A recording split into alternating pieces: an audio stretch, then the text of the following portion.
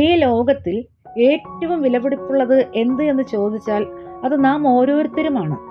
ഈ കാണുന്ന എല്ലാ അത്യാധുനിക സുഖ സൗകര്യങ്ങളും നമുക്ക് ആസ്വദിക്കണമെങ്കിൽ നമുക്ക് ആരോഗ്യമുള്ള ഒരു ശരീരവും സ്ട്രോങ് ആയ ഒരു മനസ്സും വേണം. ഇതിനായിട്ട് നമുക്ക് സ്വയമായി എന്ത് ചെയ്യുവാൻ കഴിയും? എന്നും രാവിലെ നമുക്ക് 2 ചോയ്സസ് ആണുള്ളത്.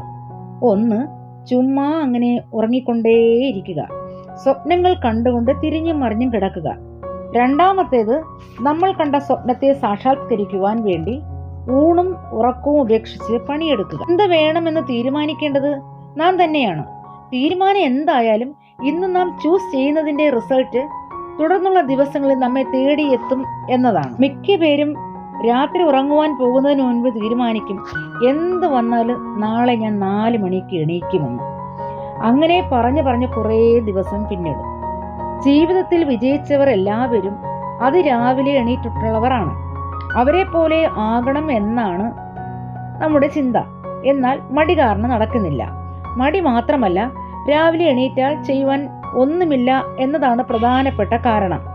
ശക്തമായ ആഗ്രഹമോ ലക്ഷ്യബോധമോ ഇല്ല എന്നതാണ് ഇതിൻ്റെ കാരണം. നിങ്ങൾക്ക് ജീവിതത്തിൽ വിജയിക്കണമെന്നുണ്ടോ? എന്നാൽ ഇന്നു മുതൽ നിങ്ങൾ മാറണം. മാറിയേ പറ്റൂ.